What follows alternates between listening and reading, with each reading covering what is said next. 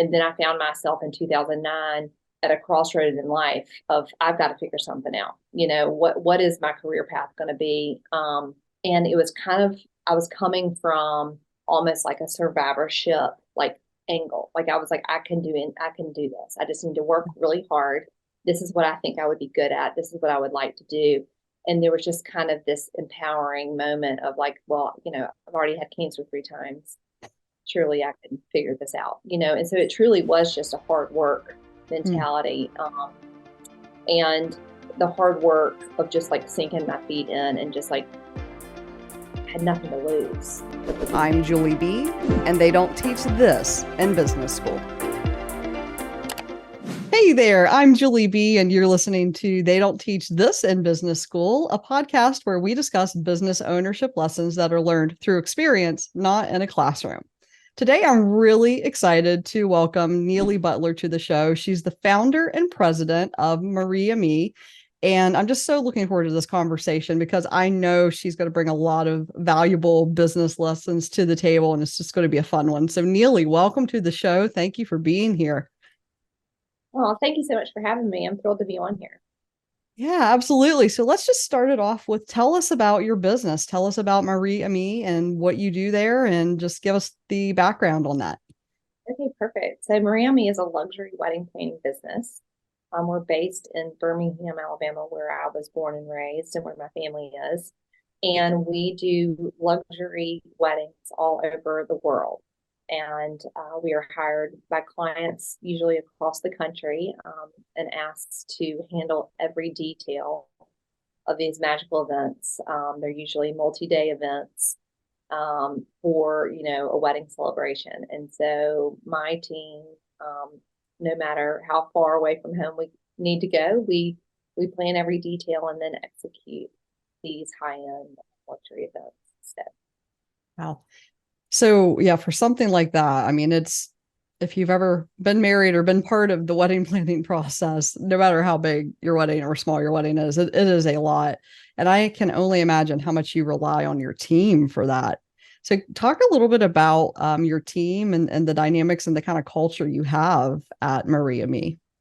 Yeah, absolutely. So I don't know how much the listeners know about kind of the wedding industry, but a lot of planners go into this business as a sole, member Mm-hmm. planner, and they plan um, the event, and the client really works directly with the owner or with the wedding planner. And then the wedding planner may hire people on the weekends to help, be assistants and help Kind of events. like And when subcontractors. Mm-hmm. subcontractors, depending on how big of the jobs that they do. Mm-hmm. For some reason, when I set out, I always wanted to be a wedding planner. I know that's so bizarre, but I really did. And so when I started this business in 2009, I definitely was a sole member of this team, and it was just me, and my husband would work for free and help me. But I really deep down never had a dream of it being the Neillie Butler show. I Mm-hmm. always kind of had this thought and mentality of hiring people and building a team and building a brand. And so Maria Me is a little bit different in the sense that we do have this really strong team of full-time employees that work here and work on all of the weddings. Because there are, like you said, I mean, there's so many details that go into these luxury events that, as a sole, planner, I would only be able to take on so many. Mm-hmm. Um, and then there would just be too much information for one person Yeah. to do. Because I have a full-time team, we're able to do more weddings a year than the average luxury wedding planner Mm-hmm. because we have multiple people on our team and can still like deliver that red carpet treatment and that the whole experience more times a year than normal. So I do depend on our team a lot. And that is a different perspective than a lot of what I've seen, because a lot of the times it is, events by or productions by, and then fill in the name of the planner.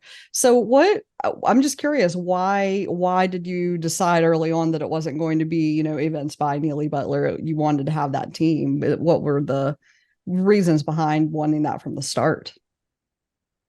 I think I truly enjoy the camaraderie of a team. I think my personality, I think one of my greatest gifts is kind of emotional intelligence and like being Mm, able to I like leading, I like mentoring. Obviously when I was a young planner, there was very little to be mentoring. I needed to be getting, I was learning everything I could, but now, fast forward, almost 15 years of the business, that's probably my favorite part. And so I think I just really always wanted to have kind of this, shared responsibility, shared glory, sharing mentality. mhm. And I hired my first employee very quickly on because my husband had a full-time job and really didn't want to be a wedding planner on the side.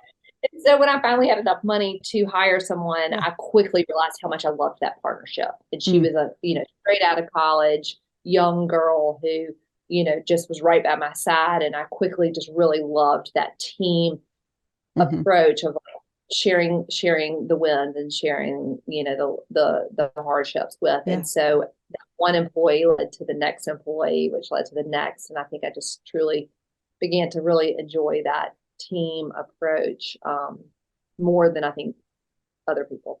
Yeah. So speaking of wins, Neillie, what's some of your biggest business wins thus far that you're really proud of? I would say my biggest win probably is just that I started this business from scratch, Hmm. no business school whatsoever. I honestly, had a learning disability growing up, and so the fact that I have been able to create, a multi-million-dollar company is a huge win for me. Just because I did never saw that as an option as a young child, and with learning being so difficult, but also, I started this in the recession of 2009. I had $300 in my checking Yeah. account, and I to now fast forward and realize that that's where I came from. That's a huge win just Yeah. overall for me. How did you go from, I imagine there was something in your mind, and it might be maybe you were raised to think a certain, like maybe because you had a learning disability or have one, that you couldn't do something like this, or maybe you were raised by people who said you can do whatever you want to, but like internally you were probably thinking you couldn't. what what changed for you? Like what made it so that you could see that actually get over, some of that imposter syndrome and just that uncertainty, and actually, pursue it and move forward? That's a, yeah, a lot of people, they don't. And I'm just curious how you did that. Well, it's kind of a loaded question, but from the learning disability, I went on to graduate from high school, and I was a freshman in college and was diagnosed with cancer for the first time. Oh And gosh. then I was diagnosed for cancer the second time, 1 year later, so my sophomore year. And then I was diagnosed with cancer a third time my senior year. And so I truly believe that, my learning disability partnered with my survivorship of like Mm-hmm. my skills of like, I'm going to survive. And then I found myself in 2009 at a crossroads in life of I've got to figure something out. What is my career path going to be? And it was kind of I was coming from almost like a survivorship like angle. Like I was like I can do this. I just need to work really hard. This is what I think I would be good at. This is what I would like to do. And there was just kind of this empowering moment of like, well, I've already had cancer 3 times. Surely I can figure this out, And so it truly was just a hard work Mm, mentality. And the hard work of just like sinking my feet in and just like had nothing to lose. I had only could go up is kind of the mentality of I definitely didn't have the ego. And I would say if I looked back on it, I probably didn't really even have the confidence. I mm-hmm. just kind of knew that, I had survived a lot of hard things. And the worst thing that was going to happen is that it wasn't going to work. Hey, this is Julie B, and you're listening to They Don't Teach This in Business School. I'm here today with Neillie Butler, and she was just telling us her story about having cancer, surviving cancer 3 times, and starting a business, and just, that survivorship really helping her decide to just move forward with the business. So, Neillie, that story is just, I know I just can't even imagine. I know a lot of business owners who have had cancer while they've been business owners, but to go through what you've gone through before even starting a business and then using that to elevate yourself, to move yourself forward and to do what you wanted to do, that's just really impressive. So I wanted to ask you, though, kind of moving on to a little bit of a lighter topic. What is your favorite part about being a business owner, Neillie? I think my favorite part, there's a lot of favorite parts. Yeah. I love, I of course love like being in kind of control of my destiny and like, Mm-hmm. and then being able to watch, the hard work pay off Mm-hmm. and being able to mentor the next generation of planners is, one of my favorite things I get to do. And so, being able to help people younger than I am, kind of whether it be in our industry or out of our industry, just people leaning on me for business advice, is an honor, and I really enjoy that part of it. Mm. So you mentor then people who are in the industry. It sounds like you try to be a mentor to people who are interested in being in the event planning, luxury event planning space, and mentor them along. How do you just kind of put that out there that you're open to that, or do you find that those people just kind of find you, or you find them? How does that work? They usually find me, and I usually say yes to it. When I was a young planner trying to kind of find my way through this industry, there wasn't a lot of people who would say yes Yeah. to it. So I Yeah. tried to pride myself on being the person that will say yes and kind of, Hmm. shepherding people along the way. A lot of people would say, well, why are you trying to teach younger people how to be your direct competitor? And, I just don't believe in that. I believe that, that I've got something to share, and if it can help that person along the way, but I just really enjoy it. And so it brings a lot of, since it brings joy to me, I don't know why I wouldn't. So I don't necessarily broadcast it because it's not Yeah. something I could spend all my time doing, Yeah. but I very rarely say no to it. And I certainly, there's a lot of college kids that think they want to do this business. So you'll always see a little young person shadowing me on a Hmm. Saturday or something like that. So it's just fun for me. Well, and I think that it's so important, the longer you're in business. I started my first business in 2008. And initially I thought, everybody was my competitor. And then over time, you get to the point where you realize you get to the point, I think, where you get out of that scarcity mindset and you get into more of this like, there's enough business to go around and there's an abundance mindset to it. And that enables you to create more communities and have a better support system and just be a support, and also have people that you can rely on, have your own mentors that you can rely on, because it really does get lonely at the top. I mean, that is something that I think most business owners experience, that even business owners that have like co-founders, partners, people they started the business with, they still sometimes struggle with that. I'm wondering, do you ever struggle with just that, I'm at, the lonely at the top, kind of the buck stops with me? Do you ever have any struggles with that? I do. And I think anybody who says they don't, isn't probably, I mean, I'm in my head a lot. And I Yeah. think that I can always tell, like, when I am in my head more than, there's parts of the year that I'm in my head more than I should be. And it Mm-hmm. affects the way I manage, it affects the way I lead, it affects the way I make decisions.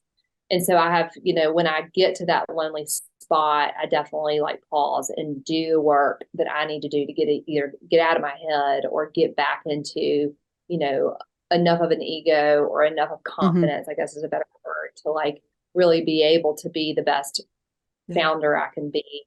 Because when you get to those lonely spots, that's usually from, Yeah. insecurity, or is it like the company's about to make, a change? Like if we're, Mm-hmm. oh gosh, we're like now in a territory that I've never done before. And is Mm-hmm. this going to work? Am I going to make payroll? Am I making the right decisions? Are my employees happy? There's so much more to being a founder of a business that your team and employees never even know that go through your head, and Mm-hmm. all the worries.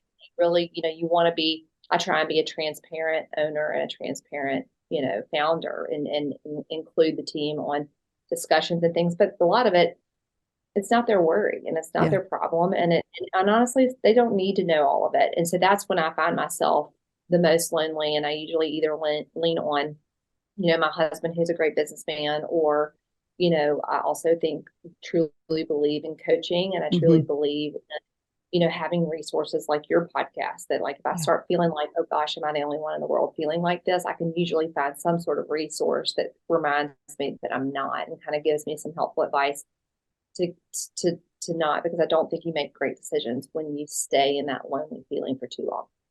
And I think there's two keys, and you've actually covered both of them that I don't think business owners do. Most business owners don't do like early enough. One is knowing how to recognize when they're in that space. So for you, you said you're in your head too much, and you're probably, I interpret that as you're overthinking, or you're constantly thinking, or you're thinking about things that you don't have a lot of control over anyways, so you have to kind of let some things happen.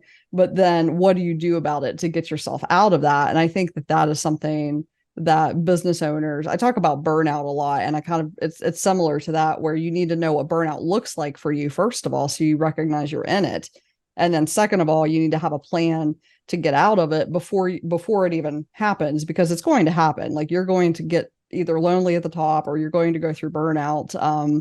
I'm dealing with a little bit of burnout right now because of what's going on in my personal life with my family, but uh but I recognize it, and I'm doing things to take care of myself. But I don't think business owners do that enough. So I think it's really great that you know what that looks like. How long did it take you to get there? Like, how long did it take you to kind of figure that out?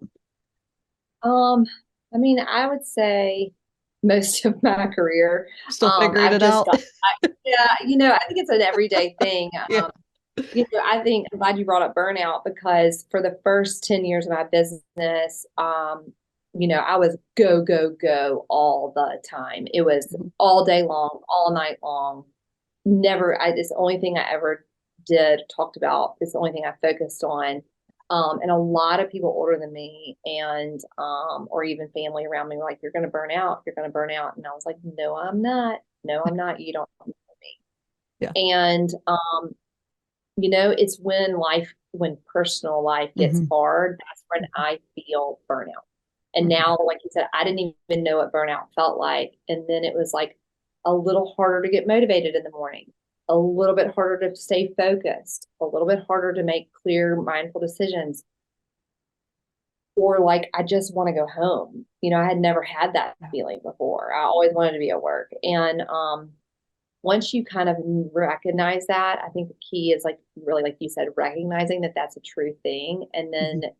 having the tools and steps to get out of it. Because if you stay in it too long, I'm afraid of what could happen. Um, but that's when I depend on my team a lot. Because when life gets really hard, I've got three children. So, Yeah. one's, being pulled. My mom has really bad cancer right now. Mm. So I'll get distracted outside of the office. And if I feel too pulled personally, and don't feel like I'm being able to give work 110%, that's usually when I feel kind of those burnout feelings of like, I just want to throw in the towel and go be the mom and the wife I need to be. Yeah. Um, but having that infrastructure in place Hmm. to be able to lean on it, or those resources, to know what you need to do when that does happen. Because I mean, inevitably, every business owner is going to have a sense of burnout, or have personal issues that they need to focus on.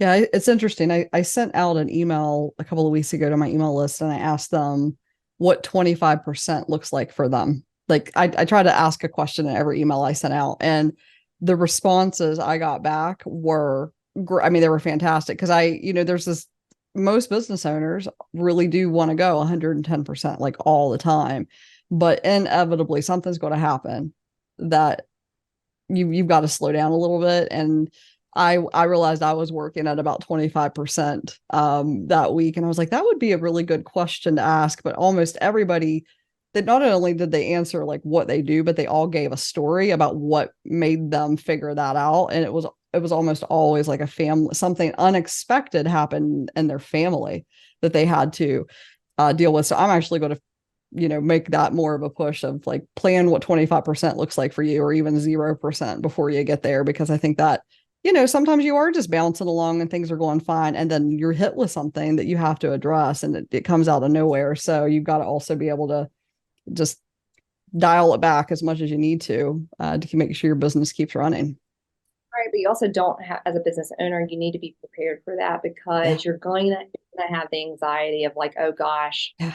will my business be okay Mm-hmm. while I focus on my personal life? And Mm-hmm. so, that's a natural fear that I think every business owner is going to have. And so Yeah. having kind of that plan, that savings account plan of like, how will my clients be taken care of while I step out for, and get my matters in order. So Hey, you're listening to They Don't Teach This in Business School. I'm the host, Julie B. I'm here with Neillie Butler, and we were just talking about burnout and just kind of the realities of being a business owner. But Neillie, one thing I remember when we spoke early on, kind of as the pre-interview for this, we had talked about assessments a lot, and we've talked about the teams a lot today. And I would just like to have a conversation because I really believe in assessments as well. I use them quite a bit with teams. Can you talk a little bit about how assessments have helped you be a better leader?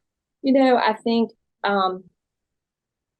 always having, I would say, like your thumb on the pulse of like how everybody's doing, Mm-hmm. um, and assessing every situation, assessing each employee as, what is their job description? What do they like about their job? What do they not like about their job? What are their anxieties? And just always trying to be that approachable leader that they can either come to you, if you, have yearly assessments of each employee or whatever teammate. It's just so important. But that doesn't come to me like I'm such a people pleaser Mm-hmm. that honestly, doing assessments, giving feedback, Mm-hmm. um, evaluating those types of things has actually been the hardest part for me as a Mm-hmm. business owner, and something that I'm constantly earning, like wanting coaching, more coaching from is, because that just is not come natural to me. And so, but it is so vitally important to keep Yeah. people on your team, keep people happy, and keep your business projecting forward. Absolutely. And I'm sorry, I should have clarified that a little bit more, but I'm really glad you gave that bit of information. Yeah, I know you mentioned, I think when we spoke earlier about Enneagrams, you use Enneagram Oh, oh and yes, like I'm sorry. you mentioned emotional intelligence a little bit earlier. And that, so, in addition to doing your yearly, evaluations and things, those are Enneagrams and things like that. Like, how do you use that in your business to help you communicate, lead, just to give the business owners listening a little bit more background on how those can be used internally. Well, very, I slowly but surely kind of became interested in Enneagrams on my own because I am so, I'm dealing with very high emotional True. Mm-hmm. people times. Like, I mean, they're Yeah. getting married and they're spending a lot of money. So, I Mm-hmm. mean, it's Yeah. just, there's a lot of emotions. You've You got got like mom, dad, two of the four, like marriage, money, family, and probably it's death is the all. other one in there. Like you got all of that going on.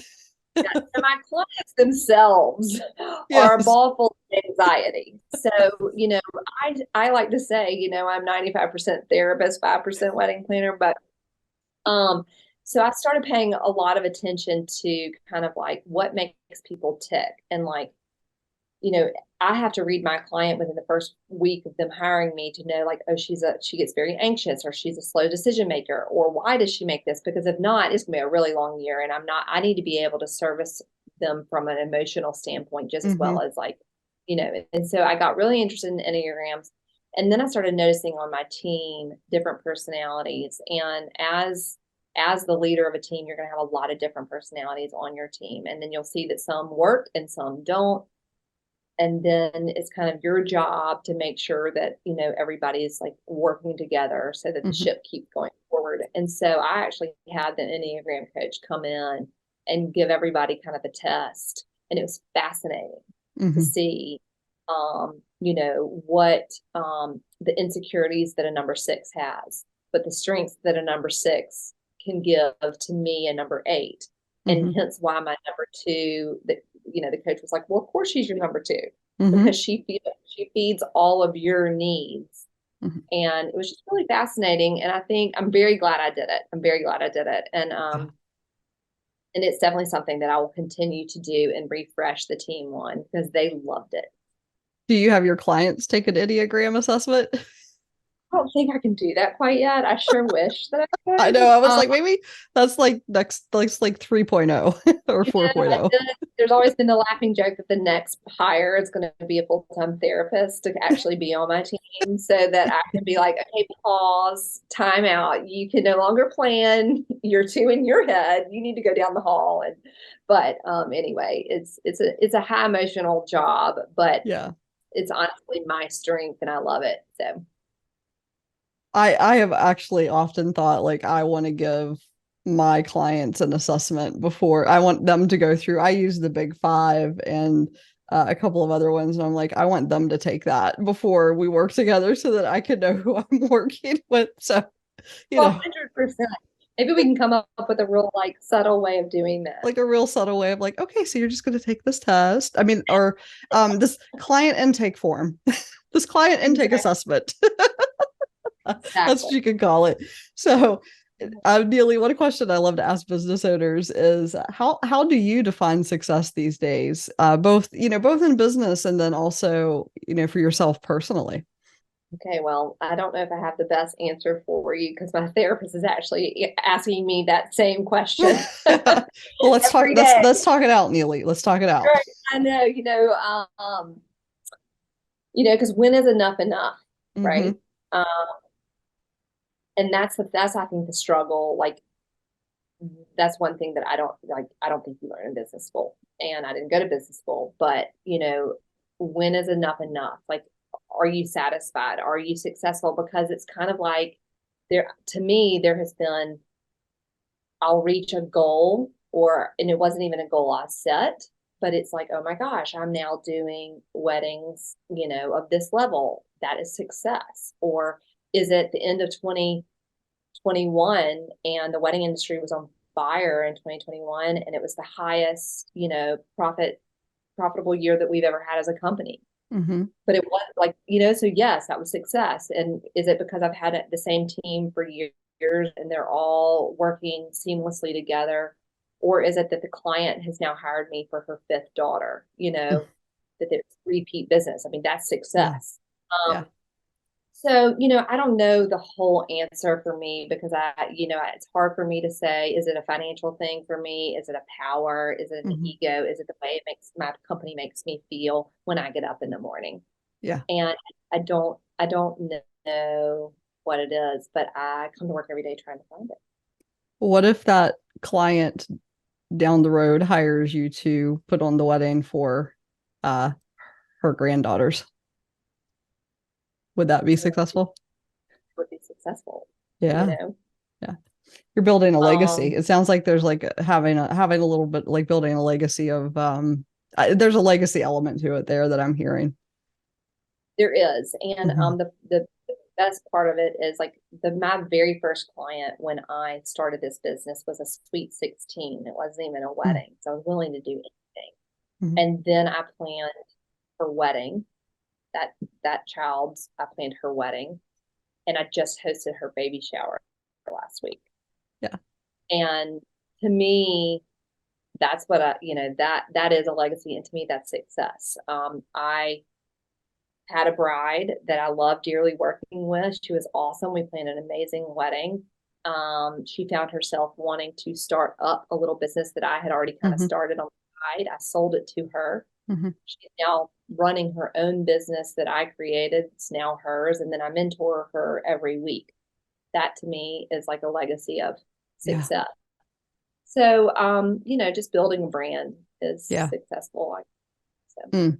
And there's also a generational element there that I don't have the words for, but there's like a generational, yeah, there's maybe offline we'll talk about that because I love have asking that question about success and legacy because I think it's one of the things that I'm doing with this podcast is I'm just realizing that I think one of the legacies this podcast is going to leave is capturing the stories of business owners, like real business owners who run the country's economy, to be perfectly honest. And I think that's so important because so many of these stories just don't get told. And I don't know. That's just a fun question to kind of play with.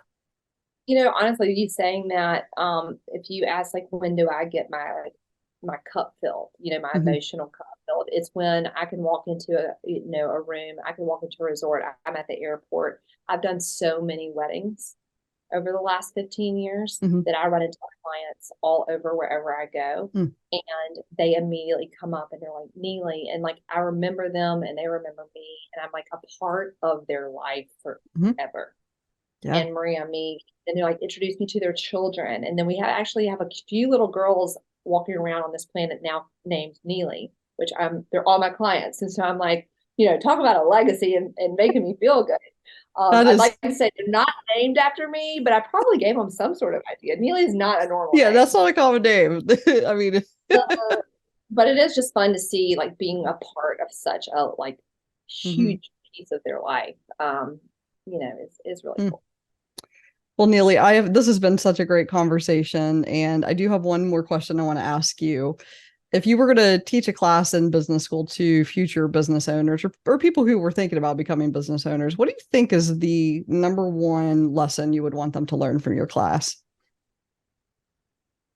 I would want them to learn that you can be a leader, you can be an owner, you can be very successful and do all of it very humbly and gracefully. I think the word power sometimes gives, the wrong, you can be a powerful person without having that big of an ego and like always having checked yourself. And, I find that leading with a lot of grace honestly gives you a whole lot more power than always putting up a front, of ego. And so, no matter how successful you are, whether it be the bottom line or however many people you lead, if you can do it humbly and gracefully, I think you'll be a lot more successful. Neillie, that's such a great answer. We're going to leave it there. I have so enjoyed this conversation, and I just want to thank you again for being on the show today, for being here. This was great. Oh, thank you so much for having me. This is a joy, and I appreciate your podcast so much. Thank you. And that is a wrap for this episode, but stay tuned because I'll be back with more lessons learned on the business owner's journey. I'm Julie B., and they don't teach this in business school.